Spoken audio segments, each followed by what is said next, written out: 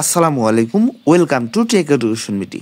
যে যেখান থেকে আমাদের এই ভিডিওটি দেখছেন সবাইকে জানাই আন্তরিক শুভেচ্ছা ও অভিনন্দন। পুলিশের নতুন করে আবার কনস্টেবলের সার্কুলার অলরেডি প্রকাশিত হয়েছে এবং আবেদন প্রক্রিয়াও অনেকদিন আগেই শুরু হয়ে গিয়েছে।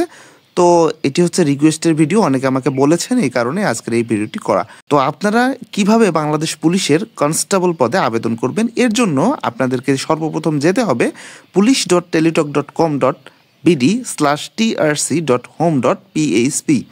তো এই যে লিঙ্কটি রয়েছে, এই লিঙ্কটিতে আপনাদেরকে সরাসরি প্রবেশ করতে হবে।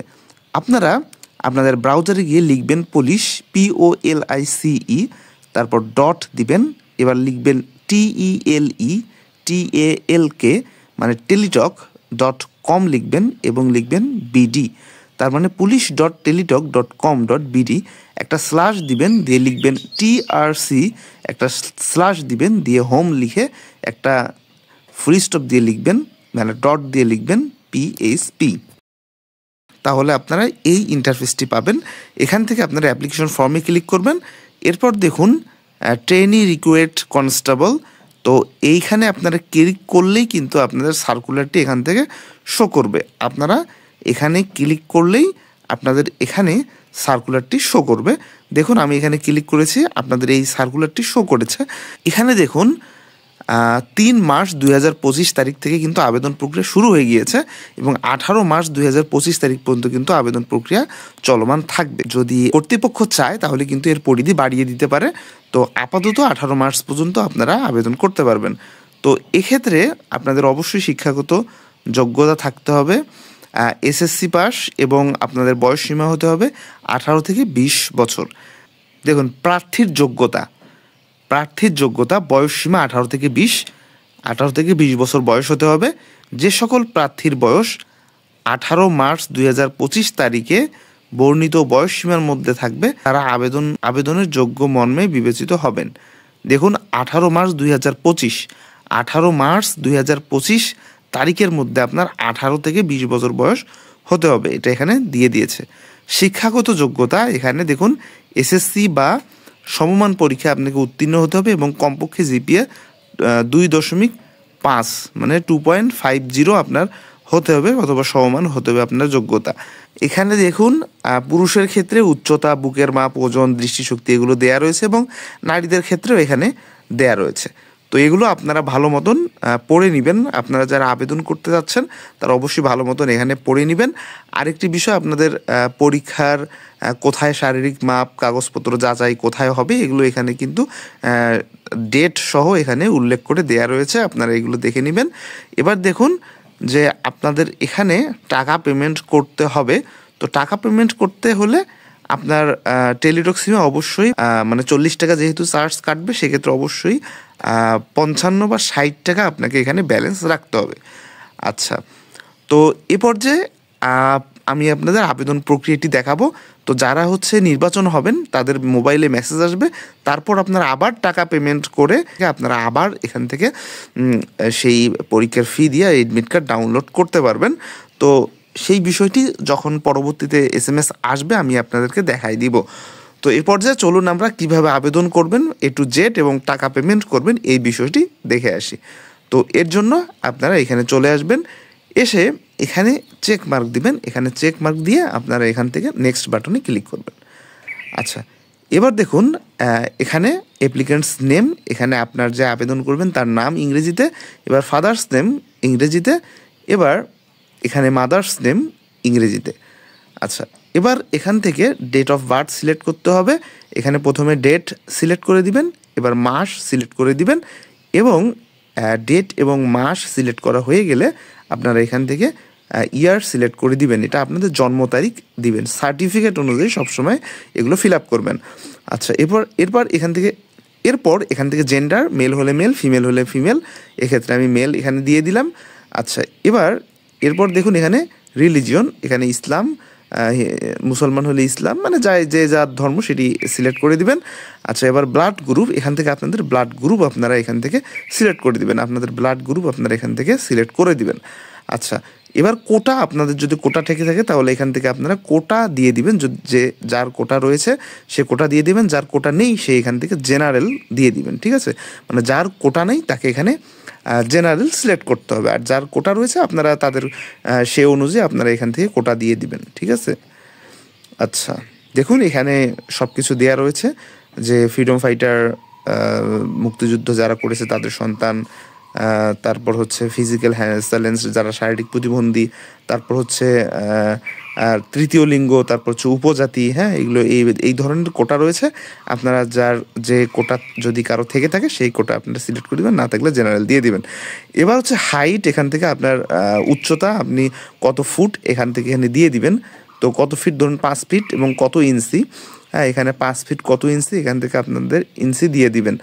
আচ্ছা ধরুন এখান থেকে 5 ফিট 8 ইঞ্চি, ধরুন আমি এখানে 8 দিয়ে দিলাম, অথবা 9, মানে যে যার যেরকম আর কি সেরকম দিয়ে দিবেন, ধরুন 7 দিয়ে দিলাম। আচ্ছা এবার হচ্ছে এখান থেকে আপনাদের ওয়েট কত কেজি এখানে দিয়ে দিবেন। আচ্ছা এরপর এখান থেকে চেস্ট মেজারমেন্ট, বুকের মাপ নর্মালে হচ্ছে কত ইঞ্চি সাধারণভাবে, এবং যখন আপনি ফুলাবেন স্ফীতভাবে তখন কত ইঞ্চি এখানে দিয়ে দিবেন। আচ্ছা তারপর চেস্ট মেজারমেন্ট, বুকের মাপ, এবার হচ্ছে ন্যাশনালিটি এটাই থাকবে, বার্থ রেজিস্ট্রেশন ইয়েস দিয়ে আপনার বার্থ রেজিস্ট্রেশন নাম্বার এখানে দিয়ে দিবেন, আর হচ্ছে বার্থ রেজিস্ট্রেশন না থাকলে নো দিয়ে দিবেন। এবার অবশ্যই আপনাকে বার্থ রেজিস্ট্রেশন ইয়েস দিয়ে বার্থ রেজিস্ট্রেশন নাম্বার দিতে হবে। এরপর ন্যাশনাল আইডি কার্ড থাকলে ইয়েস দিবেন, না থাকলে নো দিবেন। একটি বিষয় যে বার্থ রেজিস্ট্রেশন এবং ন্যাশনাল আইডি কার্ড এই দুটির যে কোনো একটি অবশ্যই আপনাকে থাকতে হবে। এবার মেরিটাল স্ট্যাটাস অবশ্যই সিঙ্গেল দিয়ে দিবেন, মেরিটাল স্ট্যাটাস এখানে অবশ্যই সিঙ্গেল দিয়ে দিবেন। আচ্ছা এবার কেয়ার অফ, এখানে আপনার বাবা অথবা মায়ের নাম এখানে দিয়ে দিবেন। এবার এখান থেকে আপনাদের হচ্ছে গ্রাম দিয়ে আপনার এখান থেকে আপনাদের ডিস্ট্রিক্ট সিলেক্ট করবেন, এবং এখান থেকে আপনার থানা বা উপজেলা সিলেক্ট করবেন। এবার পোস্ট অফিস, আপনাদের পোস্ট অফিসের নাম এখানে ম্যানুয়ালি দিয়ে দিবেন। এবার আপনাদের পোস্ট কোড, আপনাদের যে পোস্ট কোড সেটা এখানে আপনারা দিয়ে দিবেন। আচ্ছা তো পোস্ট কোড দেওয়া হয়ে গেলে আপনাদের প্রেজেন্ট অ্যাড্রেস, এই প্রেজেন্ট অ্যাড্রেস এবং পার্মানেন্ট অ্যাড্রেস, আপনাদের প্রেজেন্ট অ্যাড্রেস এবং পার্মানেন্ট অ্যাড্রেস যদি সেম হয়ে থাকে, মানে একই হয়ে থাকে, তাহলে জাস্ট এই বক্সের মধ্যে একটা ক্লিক করে দিবেন। দেখুন এখানে একটি বক্স রয়েছে, এই বক্সের মধ্যে একটি ক্লিক করে দিবেন, তাহলে কিন্তু আপনার প্রেজেন্ট অ্যাড্রেস এবং পার্মানেন্ট অ্যাড্রেস একই হয়ে যাবে। আর যদি কারো আলাদা থেকে থাকে সেক্ষেত্রে আপনারা ম্যানুয়ালি এটা ফিল আপ করে দিবেন, প্রেজেন্ট অ্যাড্রেস যেভাবে ফিল আপ করা হলো সেভাবে আপনারা এটা ফিল আপ করে দিবেন। এবার আপনাদের মোবাইল নাম্বার, এখানে আপনাদের মোবাইল নাম্বারটি দিয়ে দিবেন, অবশ্যই সঠিকভাবে মোবাইল নাম্বার দিবেন, এবং মোবাইল নাম্বারটা আবার এখানে দিবেন, মানে দুবার দিবেন। এই মোবাইল নাম্বারের ঘরটি দুবার রয়েছে, একই মোবাইল নাম্বার আপনারা এখানে দুইবার ব্যবহার করবেন। একটি বিষয় আবার বলি যে আপনাদের এই ইনফরমেশনগুলো সবগুলো সার্টিফিকেট অনুযায়ী হবে। এবার আপনার এসএসসি ইনফরমেশন এখান থেকে দিয়ে দিবেন, আপনার এসএসসি কোন লেভেল এখানে দিয়ে দিবেন, তারপর হচ্ছে বোর্ড, আপনি কোন বোর্ড থেকে এসএসসি পাস করেছেন সেটি দিয়ে দিবেন। এবার এখান থেকে আপনার রোল নাম্বার দিয়ে দিবেন, ঠিক আছে, এসএসসি রোল, তারপর রেজিস্ট্রেশন নাম্বার। এবার রেজাল্ট, এখান থেকে রেজাল্ট অবশ্যই জিপিএ হবে, কত পেয়েছেন সেটা এখান থেকে উল্লেখ করে দিবেন যে আপনি জিপিএ কত পেয়েছেন, ঠিক আছে, এখানে দিয়ে দিবেন আপনি জিপিএ কত পেয়েছেন, অবশ্যই 2.50 বা তার উপরে থাকতে হবে। আচ্ছা 2.50 বা এর নিচে হলে কিন্তু আবেদন হবে না। এবার হচ্ছে এখান থেকে আপনাদের গ্রুপ, এসএসসির যে গ্রুপ সেই গ্রুপ দিয়ে দিবেন, ঠিক আছে, কমার্স হলে বিজনেস স্টাডিজ, তারপর হচ্ছে আর্টস হলে হিউম্যানিটিস, সায়েন্স হলে সায়েন্স, অথবা অন্য কোনো কিছু হলে আদার দিয়ে দিবেন। এক্ষেত্রে আমি সায়েন্স দিয়ে দিলাম। এবার পাশের বছর, এখান থেকে আপনাদের পাশের বছর আপনাদেরকে এখান থেকে সিলেক্ট করতে হবে। তো পাশের বছর সিলেক্ট করা হয়ে গেলে এখানে আর কোনো ইনফরমেশন আপনাকে দিতে হবে না, এইচএসসি ইনফরমেশন অপশনাল। যদি কেউ এসএসসি পাস হয়ে থাকেন সেক্ষেত্রে আপনি এখান থেকে এইচএসসি ইনফরমেশন দিতে পারবেন। তো এইচএসসি ইনফরমেশন হচ্ছে অপশনাল, যদি কেউ চান পাস করে থাকেন এইচএসসি তাহলে আপনার এখান থেকে এইচএসসি ইনফরমেশন দিতে পারেন। এবার দেখুন আপনাদের কোনো যদি স্কিল থেকে থাকে তাহলে আপনারা এখানে চেক মার্ক দিয়ে আপনাদের স্কিল দিয়ে দিতে পারবেন, ঠিক আছে, এখানে চেক মার্ক দিলে দেখবেন যে এখানে স্কিল সিলেক্ট করা যাচ্ছে, এখান থেকে আপনারা স্কিল দিয়ে দিতে পারেন। তো এটা দেওয়ার আসলে কোনো দরকার নেই, আপনারা চাইলে এটা স্কিপ করতে পারেন। আচ্ছা তার মানে এটা চেকমার্ক দিবেন না, এভাবেই রাখবেন। এবার দেখেন ভ্যালিডেশন কোড, এখানে যে ভ্যালিডেশন কোড, এখানে যে কোডটি রয়েছে সেই কোডটি আপনারা এখানে বসাই দিবেন, বসাই দিয়ে চেকমার্ক দিবেন, এখানে দিয়ে আপনারা এখান থেকে নেক্সট বাটনে ক্লিক করবেন। আচ্ছা চেকমার্ক দেওয়ার পর নেক্সট বাটনে ক্লিক করলেই আপনাদের সব ইনফরমেশন এখান থেকে শো করবে। তো আপনারা যে ফর্মগুলো ফিল আপ করলেন এতক্ষণ, সেই ফর্মের সমস্ত ইনফরমেশন এখান থেকে শো করবে, আপনারা এখান থেকে দেখে নেবেন কোথাও কোনো ভুল হয়েছে কি না, ঠিক আছে। যদি আপনাদের এখানে কোথাও ভুল হয়ে থাকে তাহলে আপনারা এখান থেকে এডিট করার এখানে সুযোগ পাবেন, ঠিক আছে। তো আপনারা নিচের দিকে আসবেন, নিচের দিকে আসলে দেখবেন যে এখানে এডিট করার একটি অপশন রয়েছে। তো এখানে আপনারা যখন ক্লিক করবেন, ক্লিক করে আপনাদের ইনফরমেশনগুলো আপনারা সঠিকভাবে আবার এডিট করে দিতে পারবেন, ঠিক আছে। তো যদি কোনো ভুল হয়ে থাকে তাহলে ইনফরমেশন সঠিক দিয়ে যখন আপনারা আবার নেক্সট বাটন ক্লিক করবেন তখন আপনাদেরকে আবার এই প্রিভিউটি শো করাবে, ঠিক আছে। তো এখান থেকে আপনারা দেখে নেবেন কোথাও কোনো ভুল যাতে না হয়, অবশ্যই সার্টিফিকেট অনুযায়ী সব আপনাকে দিতে হবে। এবার আপনাকে এখান থেকে ফটো সিলেক্ট করতে হবে। তো ফটোর সাইজ হতে হবে 300x300 পিক্সেল এবং হচ্ছে সিগনেচারের সাইজ হতে হবে 300x80 পিক্সেল। হ্যাঁ, 300x300 পিক্সেলের কীভাবে আপনারা ফটো করবেন, রিসাইজ করবেন এবং 300x80 পিক্সেলে কীভাবে আপনারা সিগনেচার রিসাইজ করবেন এই বিষয়ে আমার চ্যানেলে একটি ভিডিও রয়েছে, আমি আই বাটনে ভিডিওটি দিয়ে দিব, আপনারা সেখান থেকে ভিডিওটি দেখে আসতে পারেন। আচ্ছা, তো যাই হোক আমরা এখন এখান থেকে ফটো সিলেক্ট করব। তো ফটো সিলেক্ট করতে দেখুন photo 300x300 pixel choose file, এখানে জাস্ট ক্লিক করবেন। ক্লিক করলে আপনাদের ফটো, আপনারা কোথায় ফটো রেখেছেন সেই ফোল্ডারে গিয়ে আপনাদেরকে এখান থেকে ফটো সিলেক্ট করতে হবে। ধরুন আমি এখান থেকে এই ফটোটি সিলেক্ট করলাম। এবার এখান থেকে সিগনেচার, এখানে আপনারা গিয়ে আপনাদের সিগনেচার সিলেক্ট করবেন, করে দেখুন এখানে একটা চেক মার্ক দিয়ে দিবেন। এখানে একটি চেক মার্ক দিয়ে দেওয়ার পর আপনাদেরকে সাবমিট দ্য অ্যাপ্লিকেশনে ক্লিক করতে হবে। আচ্ছা, সাবমিট দ্য অ্যাপ্লিকেশনে ক্লিক করার সঙ্গে সঙ্গে আপনাদের অ্যাপ্লিকেশনটি সাবমিট হয়ে গেল, ঠিক আছে। আপনাদের অ্যাপ্লিকেশনটি কিন্তু সম্পূর্ণ এখান থেকে সাবমিট হয়ে গিয়েছে। আচ্ছা, তো আপনাদের এই ইনফরমেশনটি সম্পূর্ণভাবে সাবমিট হয়ে গিয়েছে। তো এই ইনফরমেশনটি সাবমিট হওয়ার পর আপনারা এটি ডাউনলোড করে রেখে দিবেন, কারণ এটা পরবর্তীতে কাজে লাগবে।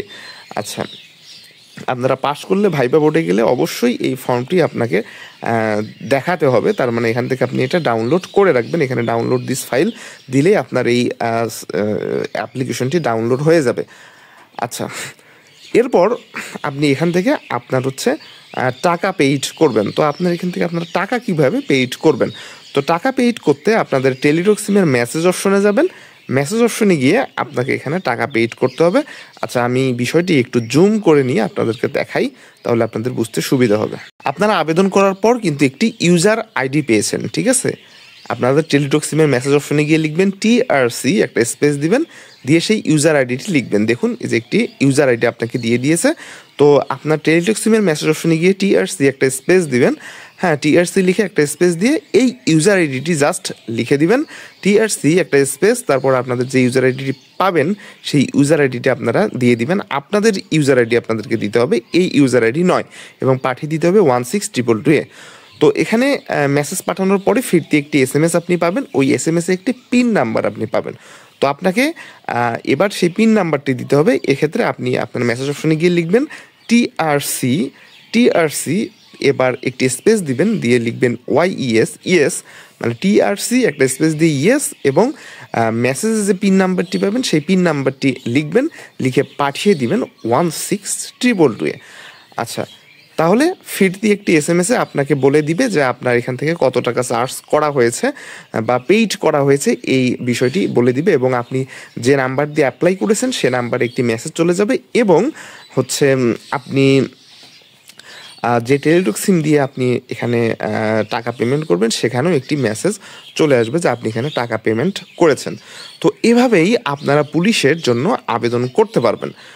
তো এই হলো পুলিশে আবেদন প্রক্রিয়া এবং আপনারা কিভাবে টাকা পেমেন্ট করবেন, এই টাকা পেমেন্ট পদ্ধতি। তো আজকের ভিডিও এ পর্যন্ত।